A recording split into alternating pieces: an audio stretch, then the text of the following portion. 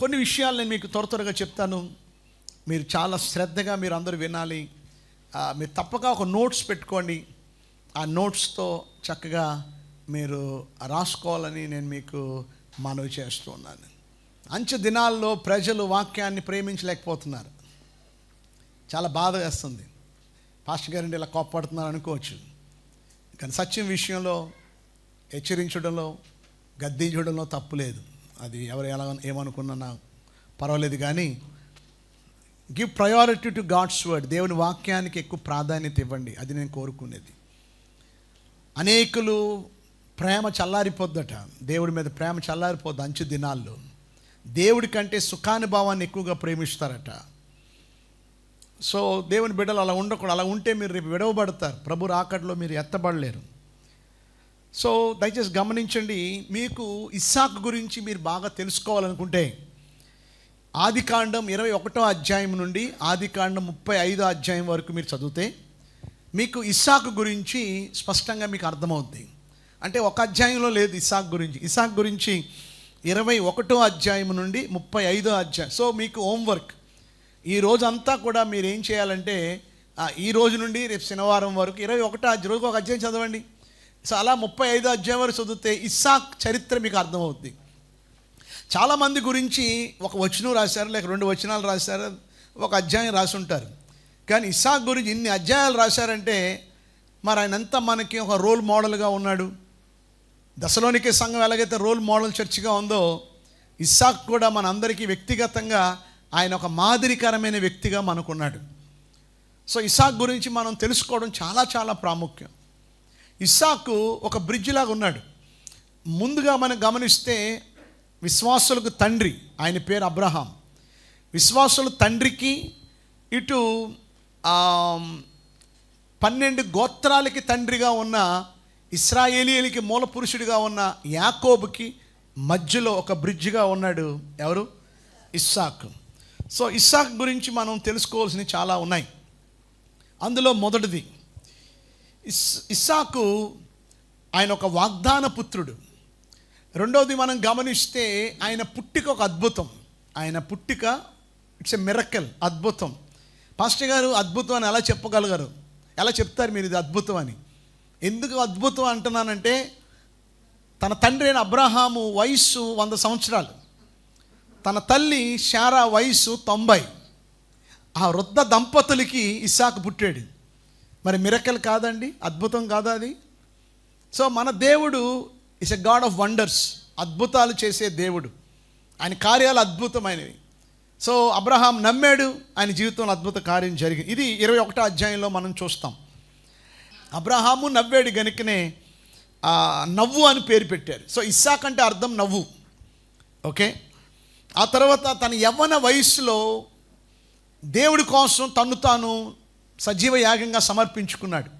దేవుడు అబ్రహాంని తన బిడ్డని బలిగా ఇమ్మన్నప్పుడు ఇస్సాక్ కూడా ఇష్టపడ్డాడు. So at the young age, యవ్వన వయసులోనే తను తాను దేవుడికి సమర్పించుకున్నాడు. అది 22వ అధ్యాయంలో మనం చూస్తాం. అబ్రహాము కుమారుడు ఇస్సాకు ఏ సంవత్సరంలో పెళ్ళి అయిందో మీకు తెలుసా? 40వ సంవత్సరంలో పెళ్లి చేసుకున్నాడు. 40 ఇయర్స్లో మరి ఆయన వివాహం చేసుకున్నాడు. అది 24వ అధ్యాయంలో మనం చూస్తాం. ఆ తర్వాత 20 సంవత్సరాలు వెయిట్ చేశాడు పిల్లల కోసం. 20 సంవత్సరాలకి అంటే యాషావు యాకోబు ఎన్ని సంవత్సరాలకు పుట్టారు? ఇస్సాకు వయసు 60 వచ్చినప్పుడు బిడ్డలు పుట్టారు. సో అది ఆదికాండం 25లో మనం చూస్తాం. ఇస్సాకు 75వ సంవత్సరం వయసు వచ్చినప్పటికల్లా తన తండ్రి అయిన అబ్రహాం చనిపోయాడు. అది మనం ఆదికాండం 25లో మనం చూస్తాం. సో ఇస్సాకు తన తండ్రిని పాతి పెట్టడం కూడా మనం గమనిస్తాం.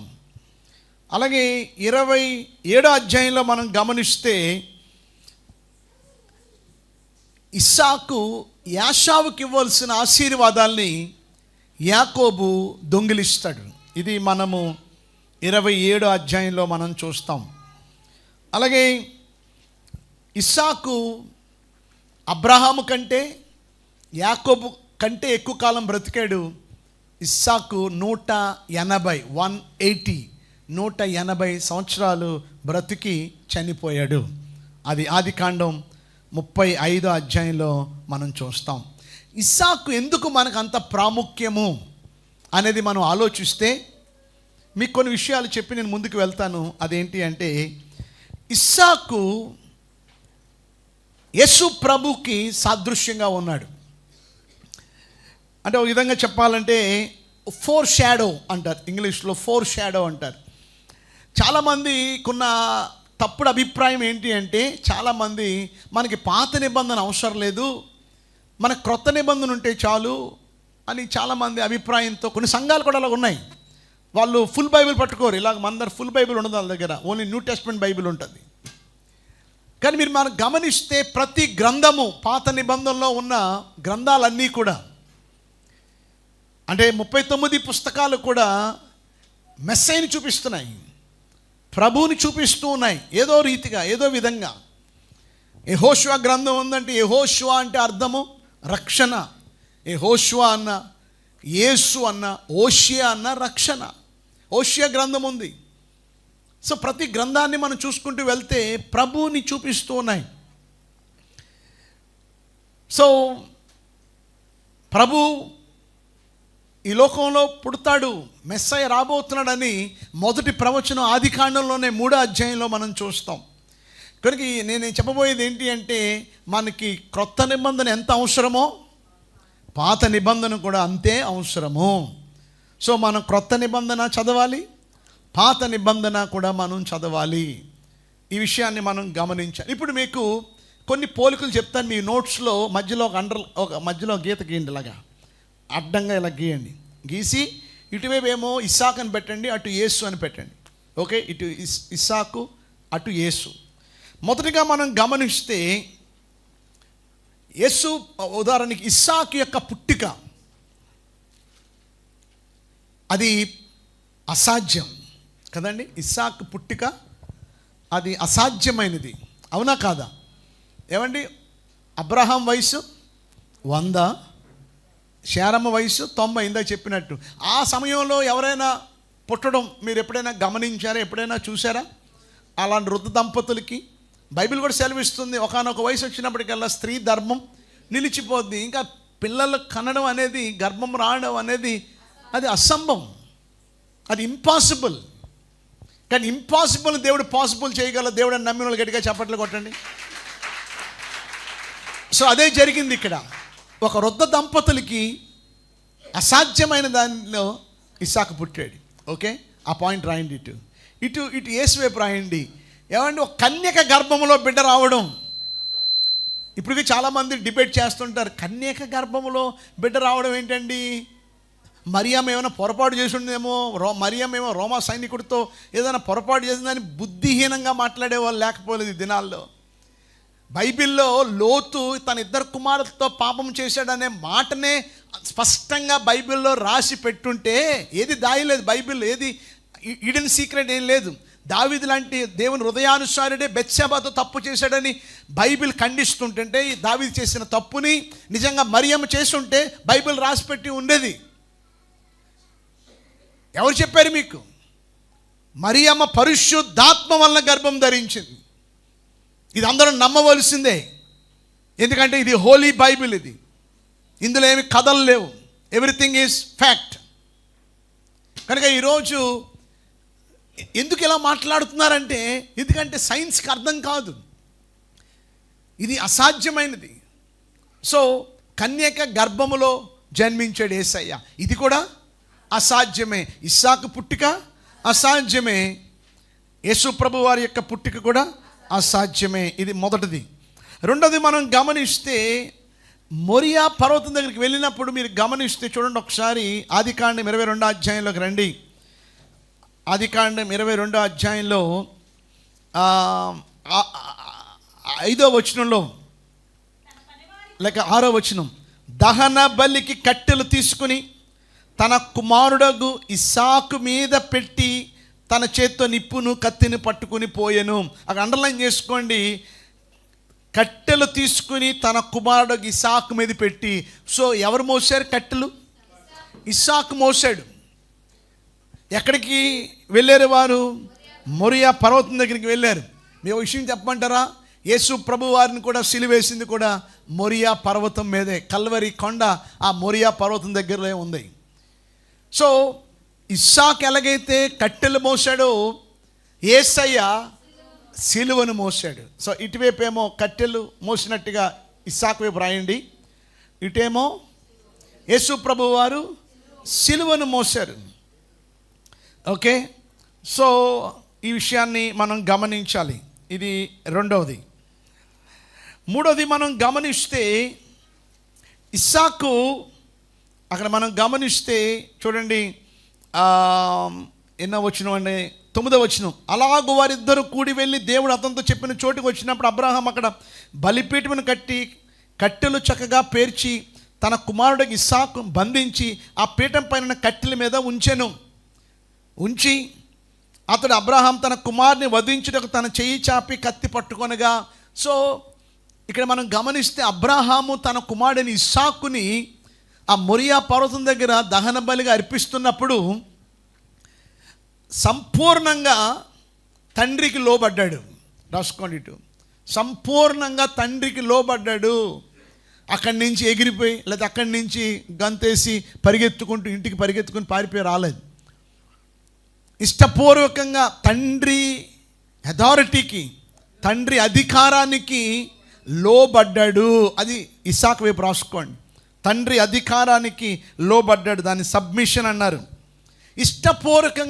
ఇష్టపూర్వకంగా లోబడ్డాడు, బలవంతంగా కాదు. కొంతమంది బలవంతంగా నోట్స్ రాయండి, బలవంతంగా చర్చికి రండి, బలవంతంగా పాటలు పాడండి, కొంతమంది బలవంతంగా కష్టంతో చేయించుకుంటారు పనులు. కానీ ఇక్కడ మనం గమనిస్తే ఇస్సాకు ఇష్టపూర్వకంగా, విల్లింగ్లీ సబ్మిటింగ్, ఇష్టపూర్వకంగా తాను తండ్రి చిత్తానికి అప్పగించుకున్నాడు. అలాగే యేసు ప్రభువారు కూడా తండ్రి, పరలోకపు తండ్రి ఇష్టపూర్వకంగా మరి ఇస్సాకు లోబడినట్టు తండ్రికి యేసయ్య కూడా తన తండ్రికి లోబడ్డాడు. ఎస్, గట్టిగా చప్పట్లు కొట్టండి. ఇది మూడవది. ఓకే, నాలుగవది మనం గమనిస్తే ఇప్పుడు కత్తి పైకెత్తాడు. అయితే కత్తి పట్టుకుని వేసే ముందు దేవుడు అన్నాడు, అబ్రహాం ఆగాగాగా, నీ ఒక్కడైన నీ కుమారుణ్ణి నాకు ఇవ్వడానికి నువ్వు వెనుదీయలేదు కనుక ఇందువల్ల నువ్వు దేవునికి భయపడువాడువు. మీరు అనుకోవచ్చు, మీరు ఇస్సాకు చనిపోలేదు కదా అనుకోవచ్చు. కానీ ఒక మాటలో చెప్పాలంటే అంత కత్తి అంచుల వరకు వెళ్ళిపోయిందంటే ఆల్మోస్ట్ ఇస్సాకు చనిపోయినట్టే. సో అతడు చనిపోయాడు. ఆ చనిపోయిన వ్యక్తిని మరలా ఇస్సాకును ఏం చేశారు చెప్పండి? మరలా లేపడం జరిగింది. మీకు ఇంకా స్పష్టంగా అర్థం అవ్వాలంటే మీరు ఎబ్రీ పత్రికలోకి వెళ్ళాలి. ఎబ్రీలకు రాసిన పత్రిక 11వ అధ్యాయంలోకి రండి. ఎబ్రీలకు రాసిన పత్రిక 11వ అధ్యాయము, ఎబ్రీలు 11, నేను చదువుతానండి. ఎబ్రీలు రాసిన పత్రిక 11:17 నుంచి చదువుతున్నాను. అబ్రహాము శోధింపబడి విశ్వాసమును బట్టి ఇస్సాకును బలిగా అర్పించెను. ఓకే, అంతవరకు ఓకే కండి. ఎవడు ఆ వాగ్దానములు సంతోషముతో అంగీకరించెనో ఇస్సాకు వలన అనేది నీ సంతానం అనబడును అని ఎవనితో చెప్పబడునో ఆ అబ్రహాము మృతులను సైతము లేపుటకు దేవుడు శక్తిమంతుడని ఎంచినవాడు. అండర్లైన్ చేసుకోండి అన్నమాట. ఏమన్నమాట? మృతులను సహితము లేపుటకు దేవుడు శక్తిమంతుడని ఎంచిన వాడే తన ఏక కుమారుని అర్పించి ఉపమాన రూపముగా అతనిని మృతులలో నుండి మరలా పొందెను. సో ఇక్కడ ఇంకా స్పష్టంగా క్లియర్గా రాయబడింది. ఏమని చెప్పండి? ఆల్మోస్ట్ ఏమైపోయాడు చెప్పండి? చనిపోయాడు. సో ఇస్సాకు ఎలాగైతే చనిపోయాడో యేసయ్య కూడా, ఇటువైపు రాయండి, యేసయ్య కూడా మన కొరకు చనిపోయాడు. ఇస్సాకు ఎలాగైతే తిరిగి లేచాడో అలాగే యేసు ప్రభు వారు కూడా మరణము నుండి ఆయన పునరుద్ధానుడే, ఆయన మరలా తిరిగి లేచాడు మూడవ రోజు. ఓకేనండి, మీకు క్లియర్ అవుతుందా? మీకు అర్థమవుతుందా మీకు? సో అందుకనే మనకి ఇస్సాకు చాలా ప్రాముఖ్యం. సో ఇస్సాకు ప్రభుకి ఫోర్ షాడోగా ఉన్నాడు అనే విషయాన్ని మనము గమనిస్తూ ఉన్నాము. ఇప్పుడు నేను త్వరగా కొన్ని విషయాలు మీతో నేను మాట్లాడాలనుకుంటున్నాను. ఏమిటి అంటే ఈ ఇస్సాకులో ఉన్న కొన్ని మంచి లక్షణాలు, ఇస్సాకులో ఉన్న గుడ్ క్వాలిటీస్ని మనము చూద్దాం. ఇస్సాకులో ఉన్న మంచి లక్షణాలను రాసుకోండి. ఇప్పటివరకు ఏం రాశారు? ఇస్సాకుకి యేసు ప్రభువుకున్న సాదృశ్యాన్ని మనం చూసాము. ఇప్పుడు మీరు ఏం చేయాలంటే ఇస్సాకులో ఉన్న గుడ్ క్వాలిటీస్, ఇస్సాకులో ఉన్న మంచి లక్షణాలని మనం చూద్దాం. అందరూ బైబిల్ తెరవండి. ఫస్ట్ పాయింట్ రాసుకోండి. ఆదికాండము 22వ అధ్యాయము. ఆదికాండము 22వ అధ్యాయం. ఆ సంగతులు జరిగిన తర్వాత దేవుడు అబ్రహామును పరిశోధించెను. చాలాసార్లు మీతో చెప్పాను, పరిశోధన వేరు, శోధన వేరు. పరిశోధన అంటే టెస్టింగ్, గుడ్. శోధన అంటే టెంప్టింగ్. దేవుడు ఎవరిని శోధించడు, దేవుడు మాత్రం పరీక్షిస్తాడు. సో మనకు కొన్నిసార్లు పరీక్షలు వచ్చినప్పుడు మనం ఆందోళన చెందవసరం లేదు. పరీక్ష ఎప్పుడు కూడా ప్రమోషన్కే. ఒక పరీక్ష వచ్చిందంటే అందులో నువ్వు గెలిస్తే, అందులో నువ్వు పాస్ అయితే నీకు ప్రమోషన్ వచ్చినట్టే, నీకు ఆశీర్వాదం వచ్చినట్టే. కనుక పరీక్షలకి మనం సిద్ధంగా ఉండాలి ఎట్టి పరిస్థితుల్లో కూడా. సో దేవుడు అబ్రహాంని పరిశోధించాడు. ఎట్లనగా ఆయన అబ్రహామా అని పిలవగా అతడు చిత్తం ప్రభువా నేను, అంటే he was ready to God's call. దేవుడు పిలవగానే ఆయన రెడీగా ఉన్నాడు. ఎంతమంది దేవుడు పిలిస్తే రెడీగా ఉన్నారు? అబ్రహాము రెడీగా ఉన్నాడు. అప్పుడు ఆయన నీకు ఒక్కడైన నీ కుమారుని అనగా నీవు ప్రేమించి ఇస్సాకును తీసుకుని మొరియా దేశమునకు వెళ్ళి అక్కడిని నీతో చెప్పబో పర్వతముల్లో ఒక్కదాని మీద దహన బలిగా అతను అర్పించమని చెప్పాను. దేవుడు పేరుతో పిలుస్తున్నాడు, అబ్రహామా. సో పేరు కూడా చాలా అవసరం. అందుకే మన బిడ్డలకి పేర్లు పెట్టేటప్పుడు ప్రార్థనాపూర్వకంగా బిడ్డలకి పేర్లు పెడుతూ ఉంటాం. ఇష్టం వచ్చినట్టు పేర్లు మనం పెట్టాం, ఎందుకంటే పేరు కూడా చాలా అవసరం. రేపు మనల్ని దేవుడు పరలోక రాజ్యంలో కూడా జీవగ్రంథంలో మన పేర్లు రాస్తాడు. ఆ పేరు ఉంటేనే, లేకపోతే నువ్వు నిత్య నరకాగ్ని గుండానికి వెళ్ళిపోతావు. సో పేరు పెట్టడంలో కూడా మనము చాలా ప్రార్థనాపూర్వకంగా పెట్టడం అనేది చాలా ప్రాముఖ్యం ఉంది. ఈవెన్ యోహానికి పేరు పెట్టేటప్పుడు కూడా జకరియా, ఎలిజబెత్ కూడా ప్రార్థనాపూర్వకంగా పేరు పెట్టడం మనం గమనిస్తూ ఉన్నాం. కొంతమంది అలా చేయరు. ఈ మధ్య కొంతమంది గూగుల్ని సెర్చ్ చేసి గూగుల్లో కొంచెం ఫ్యాషన్ పేర్లు ఎత్తుక్కుంటున్నారు. కొంతమంది ఏమో నీదే నక్షత్రం, భరణి నక్షత్రమా, మీదే మొగసిరా, ఓకే, ఆ నక్షత్రాల ఆధారంగా పేర్లు పెట్టేవాళ్ళు మరికొంతమంది ఉన్నారు. మరికొంతమంది ఏమో వాళ్ళ తాత, వాళ్ళ తాత, వీళ్ళ తాత, వాళ్ళ ముత్తాత పేర్లు దా, ది, దు, అవి కూడా కొంచెం కలిసేటట్టుగా. ఎవరు చెప్పారు ఇవన్నీ? కొంతమంది ఏదో స్టార్లు, బాలీవుడ్ స్టార్లు, టాలీవుడ్ స్టార్స్ పేర్లు. ఈరోజు దేవుని బిడ్డలుగా ఈరోజు మన బిడ్డలకు పేర్లు పెట్టడం కూడా చాలా అవసరం. ఎందుకంటే మిమ్మల్ని దేవుడు పేరు పెట్టి దేవుడు పిలుస్తాడు. సో పేరు కూడా చాలా అవసరం. సో ఇక్కడ దేవుడు అబ్రహాముని పిలిచినప్పుడు Abraham was ready to listen.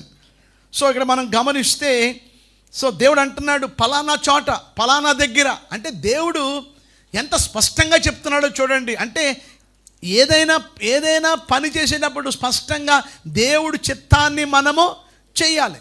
దేవుడేమో మొరియా పర్వతం దగ్గర అంటే ఈయనేమో ఇంకొక పర్వతం దగ్గరికి వెళ్ళాడు అనుకోండి, కర్మేల్ పర్వతం దగ్గరికి వెళ్ళాడు అనుకోండి, లేదా ఇంకో పర్వతం దగ్గరికి వెళ్ళాడు అనుకోండి, అది దేవుడి చిత్తం నెరవేర్చినట్టు కాదు. ఆయన ఏ పర్వతం చెప్పాడో ఆ పర్వతమే. ఈవెన్ నోవాకు కూడా ఓడ కట్టమని చెప్పినప్పుడు తను ఇష్టం వచ్చిన కొలతలతో కట్టమనలా, దేవుడు కొన్ని కొలతలు ఇచ్చాడు, ఆ కొలతల ప్రకారం కట్టమన్నాడు.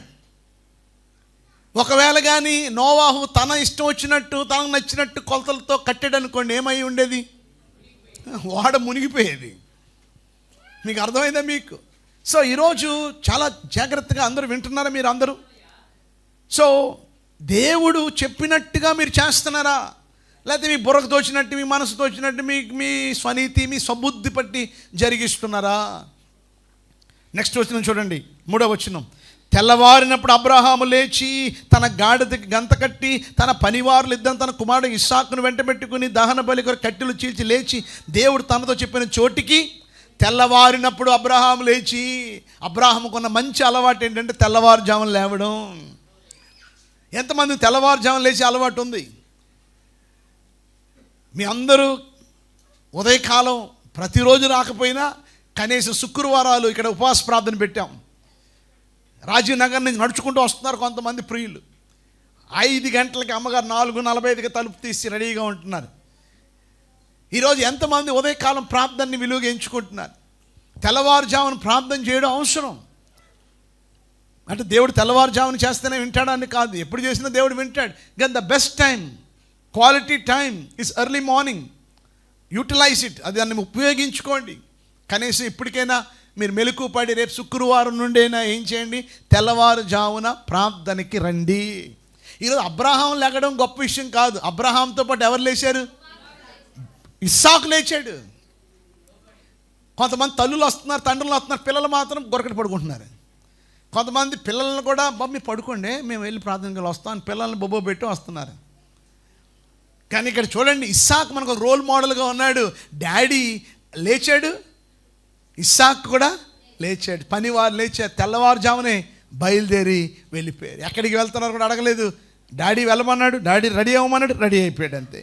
సో మనం గమనిస్తే వారు తెల్లవారుజామునే అబ్రహాము లేచి తన గాడిద గంతి కట్టి ఇస్సాకుని వెంట పెట్టుకుని దహన బలి కట్టెలు చీల్చి దేవుడు తనతో చెప్పిన చోటికి వెళ్ళిన. 3వ నాడు అబ్రహాము కన్నులెత్తి దూరం నుండి ఆ చోటు చూసి, 3వ నాడు అంటే ఎన్ని రోజులు ప్రయాణం చేశారు?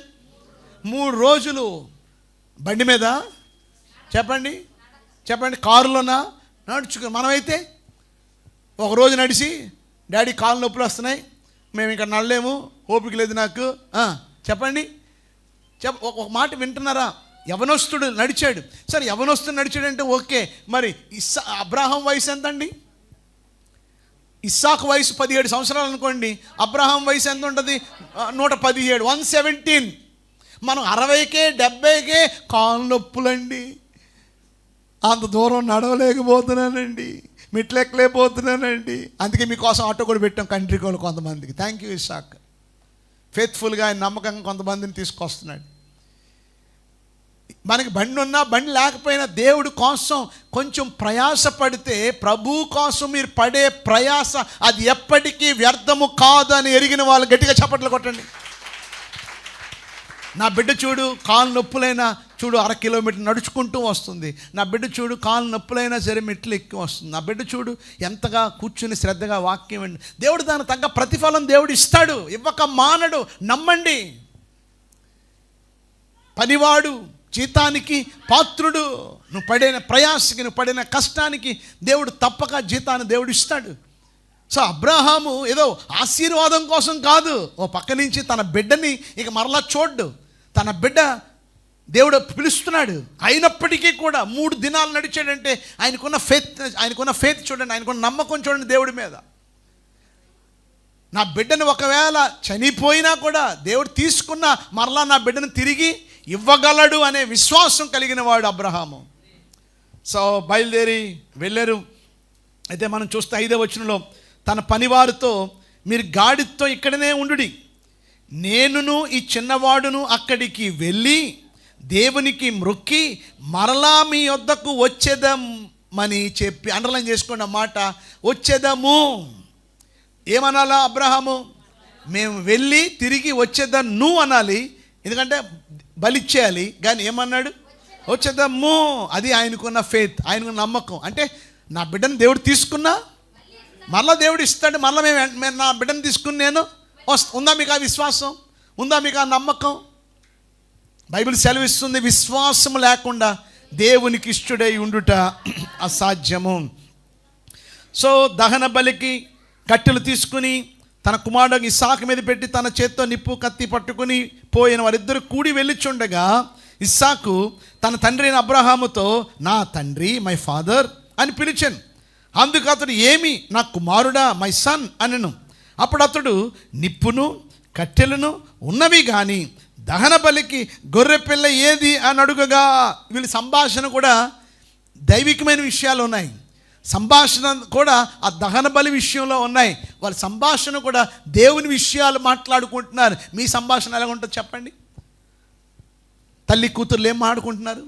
తండ్రి కొడుకులు ఏం మాట్లాడుకుంటున్నారు? మీ సంభాషణ దైవికంగా ఉంటుందా లేకపోతే లోకపరంగా ఉంటుందా? వీళ్ళ సంభాషణ చాలా ఆత్మీయంగా ఉన్నది. వారు ఆ దహన బలి విషయంలో కొన్ని డౌట్లు వచ్చాయి, వాటిని అడుగుతున్నాడు తండ్రిని. తండ్రి క్లారిఫై చేస్తున్నాడు. చూడండి కింద వచ్చిన ఎన్న వచ్చిన 8వ వచనం, అబ్రాహాము నా కుమారుడా, దేవుడే దహన బలికి గొర్రె పిల్లను చూచుకొనునని చెప్పాను. గట్టిగా చప్పట్లు కొట్టండి. దేవుడే చూచుకొను. ఎవరు చూసుకుంటారు చెప్పండి? దేవుడే చూసుకుంటాడు. ఉందా మీకు ఆ విశ్వాసం? ఉందా మీకు ఆ నమ్మకం? యెహోవా హీరే అని మీరు చెప్పగలరా? దేవుడే చూసుకుంటాడు. దేవుడే ప్రతిదానికి దేవుడే చూసుకుంటాడు. మా ఈ లోన్ ఎలా కట్టగలవు? మన లోన్ తీసుకుంటున్నావు కదా, ఇంత డబ్బులు నువ్వు ఎలా కట్టగలవు అని ఎవరైనా అడిగారు, మీ కొడుకు అడిగాడు అనుకోండి, ఏమనాలా? బాబు నువ్వు కంగారు పడద్దు, నువ్వు చదువుకో, ఈ లోన్ని ఎవరు చూసుకుంటారు? దేవుడే చూసుకుంటాడు. మీకు అర్థమైంది మీకు? సో అలాగా ప్రతి విషయంలో కూడా దేవుడే చూసుకుంటాడు. దేవుడే చూసుకుంటాడు. దేవుడే సహాయం చేస్తాడు. ఆ విశ్వాస నమ్మకం మనం కలిగి ఉండాలి. సో కిందకి రండి. ఎన్నో వచనం? 9వ వచనం. అలాగూ వారిద్దరు కూడి వెళ్ళి దేవుడు అతనితో చెప్పిన చోటికి వచ్చినప్పుడు అబ్రాహాము అక్కడ బలిపీఠమును కట్టి కట్టెలు చక్కగా పేర్చి తన కుమారుడు ఇస్సాకును బంధించి ఆ పీఠం పైన ఉన్న కట్టెల మీద ఉంచాను. ఇందులో ఒక పాయింట్ ఉంది. ఏంటి చెప్పండి? కట్టెలను చక్కగా పేర్చి. ఎలా పేర్చాడు? మనమైతే ఇప్పుడు బిడ్డను బలి ఇవ్వాలి చెప్పండి, అదంతా కష్టమైన పని. ఏం చేస్తాం? ఇష్టం లేకుండా ఏవో రకరకాలుగా ఇచ్చేసాంలే, మళ్ళీ ఏవో పైన ప్రమాదంలే అని అయిష్టంగా ఇచ్చాడా? ఇష్టంగా ఇచ్చాడా? చెప్పాలా? దేవుడికి ఇచ్చేది ఏదైనప్పటికీ కూడా అయిష్టంగా ఇవ్వకూడదు, ఇష్టంగా ఇవ్వాలి. ఆమేన్, ఆమేన్. బైబిల్లో ఒక సంఘంలో పాడుతున్నాడు కానుకల టైంలో, సంతోషముతో ఇచ్చడి వారిని దేవుడు ఎంతో ప్రేమించాను. ఈయన పాట పాడుతున్నాడంట, సంతోషంతో 500 నోట్లు వస్తున్నాయి, సంతోషంతో 200 నోట్లు, సంతోషంతో పాస్ట్గా చెప్పాడు. ఆఖరికి ఆయనకేమి మనసు అంత ఇలా తీస్తే అనా కనపడిందంట. అనా చూశారు? ఎంతమంది అనా చూశారు? చూడలేదా? అనా కంట మధ్యలో ఒక హోల్ ఉంటుందట. ఆ హోల్లోకి వెళ్ళిందంట ఆయన వేలు. అది తగలగానే చూడగానే అప్పుడు ఆయనకు ఆనందం వచ్చిందంట. సంతోషముతో అని వేసాడట అనా. ఈరోజు దేవుని బిడలుగా మనం ఇచ్చేదే కావచ్చు, ఎలా ఇవ్వాలట? సంతోషంతో, ఇష్టంగా ఇవ్వాలి. అలాగే ఆయన సేవ కూడా మనం చేసేది ఎలా చేయాలి? ఇష్టంగా చేయాలి. ప్రతిదీ కూడా ఇష్టంగా. అలాగే వాక్యం చెప్పేటప్పుడు కూడా నేను ఎప్పుడు నీరసంగా చెప్పడం చూశారు ఎప్పుడైనా? ప్రజలారా, ఈరోజు నాకు టైఫాయిడ్ వచ్చింది, ఆదికాండం 22వ అధ్యాయం కొంచెం తీయండి అమ్మ, చదువు అమ్మ కొంచెం. నా లైఫ్లో ఎప్పుడు అలా వాక్యం చెప్పలే. మరి మీరు ఎలాగినాలి వాక్యం? మీరు ఎలాగినాలి? మీరు సంతోషంతో వాక్యం చెప్పండి. ఒక నిమిషం ఇక పాయింట్ అలాగే ఇక అని నా కళ్ళల్లో కళ్ళు పెట్టి ఏం చేయాలా? మీరు చూడాలి ఇష్టంతో. ఇక్కడ అబ్రహాము చూడండి, అంత కష్టమైన పని కూడా ఎలా చేస్తున్నాడు చెప్పండి? ఇష్టంగా చేస్తున్నాడు. ఇది చూశాడు దేవుడు. తర్వాత చూడండి అక్కడ రాయబడి ఉంది, ఎన్నో వచ్చిన. అప్పుడు అబ్రహాము తన కుమారుని వధించుటకు తన చేయి చాపి కత్తి పట్టుకొనగా యెహోవా దూత పరలోకం నుండి అబ్రహామా అబ్రహామా అని అతను పిలిచాను. అందుకు అతడు చిత్తము ప్రభువు అని. అప్పుడు ఆయన, ఈ చిన్నవాని మీద చేయి వేయకము, అతను ఏమీ చేయకము, నీకు ఒక్కడైన నీ కుమారు నాకు ఇయ్య వెనుదీలది గనుక నువ్వు దేవునికి భయపడువాడు అని ఇందువలన నాకు కనపడుచున్నదనెను. ఈరోజు నా పాయింట్ అబ్రహాం గురించి కాదు, నా పాయింట్ ఇస్సాకు. సో ఫస్ట్ పాయింట్ రాసుకోండి, ఇస్సాకులో నుండి సబ్మిషన్. అయితే ఇప్పుడు చెప్పారు కదా పాయింట్లు చాలా, అవన్నీ సబ్ పాయింట్లు. ఇప్పుడు మెయిన్ పాయింట్ ఏంటి అంటే సబ్మిషన్.